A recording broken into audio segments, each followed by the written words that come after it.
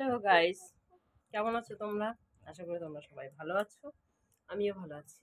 এই দেখো শপিং করে আসলাম। কিসের শপিং? পয়লা বৈশাখের। তার সাথে আমার কর্তামশাই কি খাচ্ছে? মাজা। গরম হাবড়া থেকে এসে ঠান্ডা লেগে গেছে। না, গরম লেগে গেছে। তাই জন্য এই ফুটিটা নিয়ে এসছে। তা খাচ্ছি। আর দেখো কি কি শপিং করেছে। এই দেখো জলের বোতল, এনেছি। জুতো কিনেছি, এই যে এলিটের জুতোটা এখানে খুলে দেখাচ্ছি। দেখো জুতো,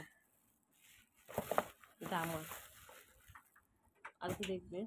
আর এনেছি ছেলের জন্য সোনা, এই যে ছেলের জন্য প্যান্ট।